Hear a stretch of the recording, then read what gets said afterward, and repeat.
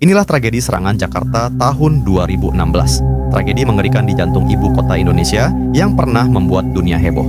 Tragedi ini terjadi di siang bolong, dan semua peristiwanya terekam kamera.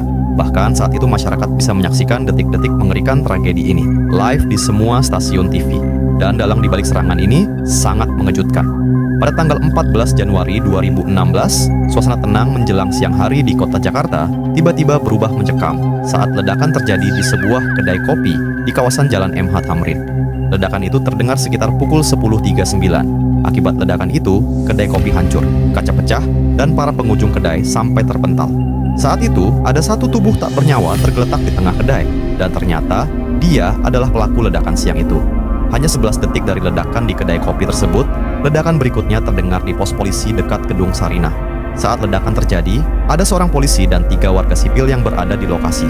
Kepulan asap terlihat, 2 tubuh tergeletak di sekitar pos polisi dalam keadaan tidak bernyawa.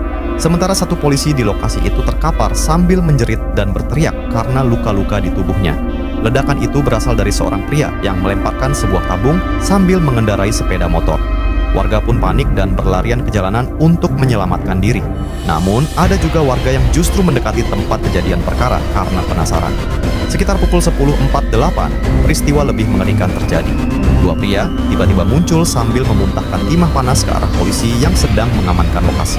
Diketahui, mereka juga membawa alat peledak yang ditempelkan di tubuh.